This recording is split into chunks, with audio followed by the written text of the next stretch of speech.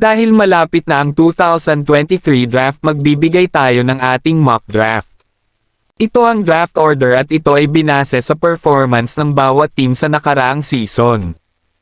At ito naman ang mga draft applicants na mga nagpahayag na ng kanilang kagustuhan lumahok sa PBA draft ngayong taon. Bago tayo magsimula, huwag kalimutan mag-subscribe at like para updated ka sa mga latest video natin. Para sa number 12 pick, Terraform Jeep select Warren Bonifacio. Makikita natin na kulang sa malaki ang Jeep dahil sa pagkawala ng kanilang power forward na si Ferrer, kaya ang kinuha natin para sa last pick ng first round ay ang 6'4" forward na produkto ng Mapua Cardinals. Para naman sa 11 pick ng Northport Bigman, ang kukunin natin from up the 6'6" center Henry Galinato. Kung titingnan natin, bigman ang kulang sa lineup ng Northport at ang pagkakadagdag ni Galinato sa kanilang lineup ay isang magandang dagdag firepower sa kanilang frontcourt. Para sa number 10 pick ng Converge Fiber Xers ay ang letrinista na forward na si Luis Sangalang.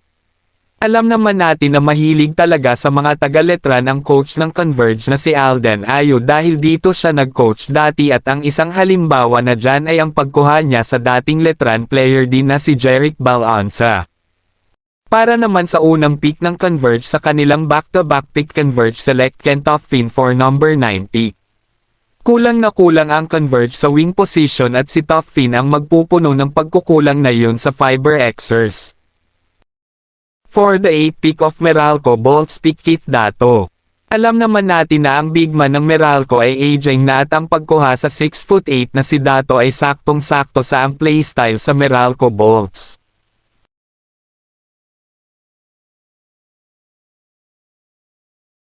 For number 6 pick of NLEX Road Warriors, select the sharpshooter from San Beda, James Quecute. Alam naman natin na si MVP ang may hawak ng San Beda at kaya ang talent ni Quecute ay hindi na palalagpasin pa ng NLEX Road Warriors. For number 5 pick of Northport, select Fran Yu. Sa pagkawala ni Berto Robert Bolick, ang Northport ay nangangailangan ng point guard na magpapatakbo ng kanilang opensa at si Franyo ang bagay na bagay sa laruan ng Northport, at lalo na ang coach ng Northport ay dating coach ng letran si Udin ay naglaro para sa Northport sa PBA on Tour. Para naman sa huling pick ng Rain or Shine para sa back-to-back pick nila sa number 4 pick Rain or Shine, select Richie Rivero. Ang isang katulad ni Rivero ay hindi na makakaligtas kay Coach Yeng Guiao. Napakagandang panoorin ng Nambatak at Rivero backcourt sa bayan ng Rose kapag nagkataon.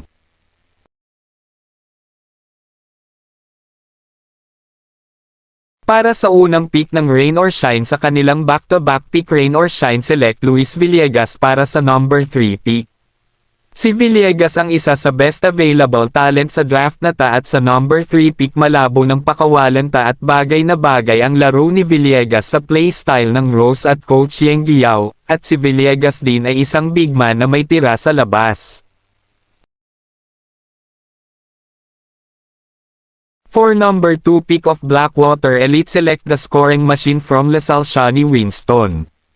Si Winston na ang pinaka-talented guard sa class na ta, at sa pagiging scoring machine niya siya ay bagay na bagay sa elite at siya ay may potential na maging star sa future. Si Winston ay sabak na rin sa international game at pwede niyang dalhin sa PBA ang mga experience na meron siya. For number 1 pick of Terraform Jeep, select Lawrence Domingo. Masasabi natin na siya na ang top 1 sa ating listahan ay ang matagal nang hinihintay sa PBA na si Lawrence Domingo. Si Domingo na ang masasabi nating top player sa class na ta dahil sa kanyang experience at skills.